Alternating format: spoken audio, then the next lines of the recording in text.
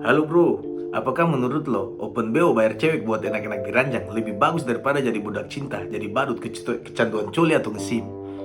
Ini menarik. Disclaimer ya bro, sebelum gue jawab, gue tegaskan dulu kalau gue nggak punya hak ngelarang-larang apa yang mau lo lakuin. Mau lo ngesim jadi badut coli sehari 13 kali, atau mau open BO, itu keputusan lo sendiri sebagai pria dewasa. Gue cuma mau share perspektif pandangan gue buat nambahin referensi lo. Yang pertama, main sama cewek open BO itu resiko ketularan penyakitnya jauh lebih tinggi. Berdasarkan studi dari Dr. Summer Sangvi di tahun 2021, ada yang namanya sexual exposure.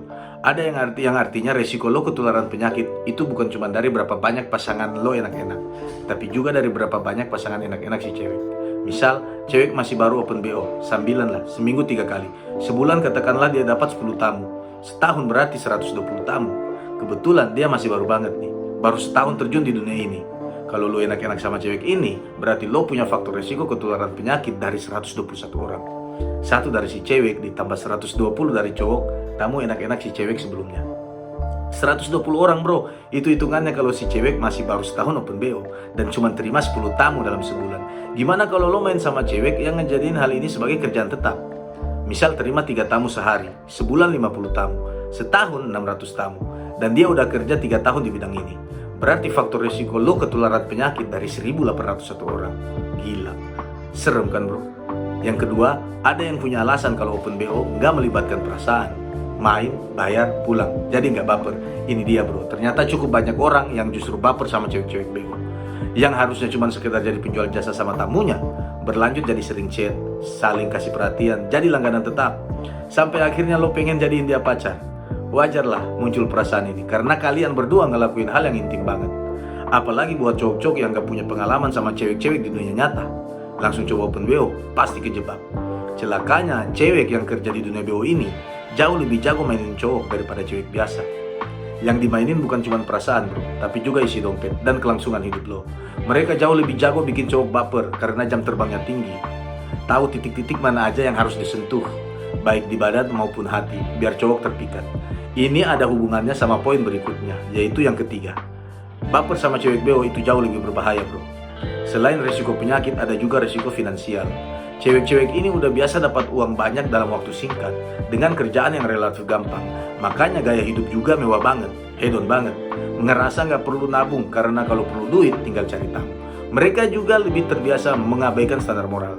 Biasa lebih mudah bohong, berkhianat, bahkan menipu tanpa rasa bersalah. Kalau lo pacaran sama mereka, siap-siap aja keluar dana yang sangat besar dan kesabaran yang seluas samudra. Mungkin jauh lebih besar daripada kalau lo ngesim atau ngebucin. Karena cewek-cewek ini jelas nggak mau ngelepasin kerjaannya yang bergelimang uang. Kecuali kalau lo sebagai pacar bisa ganti pemasukan bulanannya. Apa lo rela bro, lihat pacar lo masih kerja kayak gitu, enak-enak sama orang lain?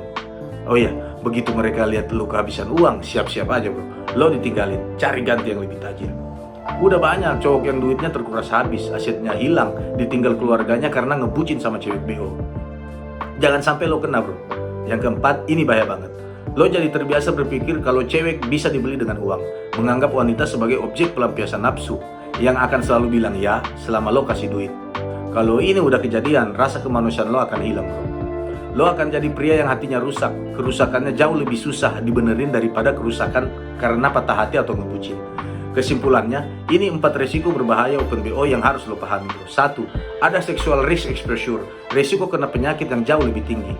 2. Saat lo baper sama cewek open BO, damage-nya jauh lebih besar daripada lo ngesim atau ngebucin.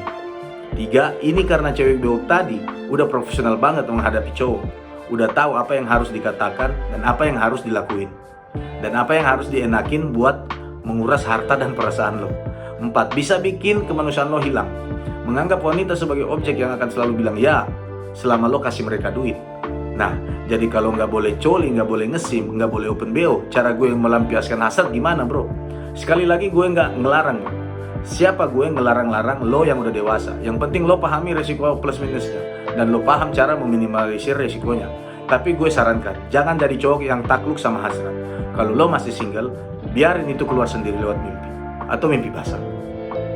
Sampai simpan hasrat lo, pakai sebagai energi yang bikin lo punya tenaga untuk olahraga, belajar, dan improve diri.